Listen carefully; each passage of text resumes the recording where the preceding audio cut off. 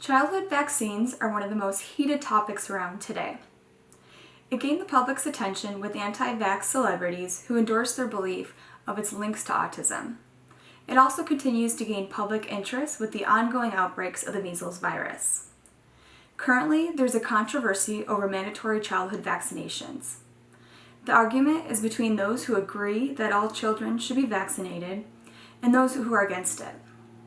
So where do you stand as a U.S. citizen? Do you feel informed enough to make an educated decision? First, I will talk about why vaccines should be mandatory and the benefits associated with them. Then I will talk about why childhood vaccinations should be a choice and not government mandated. I hope that by the end of this speech, you feel more educated in this topic so you can confidently make your own informed decision. Many people believe that childhood vaccinations should be mandatory. The first main argument that this side presents is that vaccines are important for the overall health and safety of the public. They protect the individuals in the world who cannot receive the vaccines because they are either too young, can't be vaccinated for medical reasons, or they were vaccinated but did not have a sufficient immune response. They also believe that they greatly reduce the chance of an epidemic in a particular area. According to Dr. Padkey of the Division of Infectious Diseases at Emory University, measles were actually eliminated in the United States in 2000. However, in the 15 years following, there has been a reported 1,416 measles cases in the U.S., with 42% of these cases involving individuals who are unvaccinated due to non-medical exemptions. These outbreaks could have been avoided if vaccinations were federally mandated. Next, vaccines prevent unnecessary diseases and they save lives.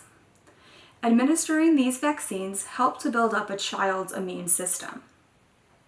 They reduce their risk of infection by working with their body's natural defenses to help them safely develop immunity to disease. It is one of the most effective prevention tools available to our doctors. Pro-vax advocates believe that parents have a moral responsibility to do everything that they can to protect their children's health. Rubella, diphtheria, smallpox, polio, and whooping cough are now prevented by vaccination, and millions of lives are saved every year because of this. Lastly, the positive benefits outweigh the rare cases of serious side effects. According to the Center for Disease Control, the most common side effects from vaccines are mild and include redness and swelling at the injection site. Serious side effects are very rare, but could include allergic reactions. On the other hand, many vaccine-preventable disease symptoms can cause hospitalization or even death. It has been proven by many studies that the theory of vaccinations causing autism is not true. Dr. Madsen conducted a study in Denmark that examined the link of MMR and autism in children born between 1991 and 1998. They compared children who were unvaccinated versus children who had been vaccinated with the MMR vaccine. Results concluded that of the 540,000 children, 316 were diagnosed as autistic and 422 were diagnosed on the autistic spectrum. Of these diagnosed children, there was no significance in whether they were vaccinated or not. Now moving on to the opposite side of the argument. Advocates against mandatory childhood vaccinations believe that this should be the public's choice. Vaccines are not safe and can cause serious, sometimes fatal side effects. 1 in about 1 million children will die from a severe allergic reaction to a vaccine. Long-term seizures, coma, lowered consciousness, and permanent brain damage may also be associated with the DTaP and MMR vaccines. The National Vaccine Information Center states that vaccines may also be linked to learning disabilities, autism, asthma, and diabetes. Next, the government should not interfere with personal medical choices. This infringes on our basic right of freedom of choice as a parent. By succumbing to the government's every request, some parents believe that they may slowly lose control over their children. It also goes against our protected religious rights as stated in the United States Constitution. Some Christian scientists believe that vaccination is against their religion due to unnatural drugs being administered into their bodies. The Amish also believe that some vaccines are unnecessary and actually weaken their immune systems. Lastly, people against mandatory vaccination argue that vaccines are unnatural and contain ingredients that could be considered immoral.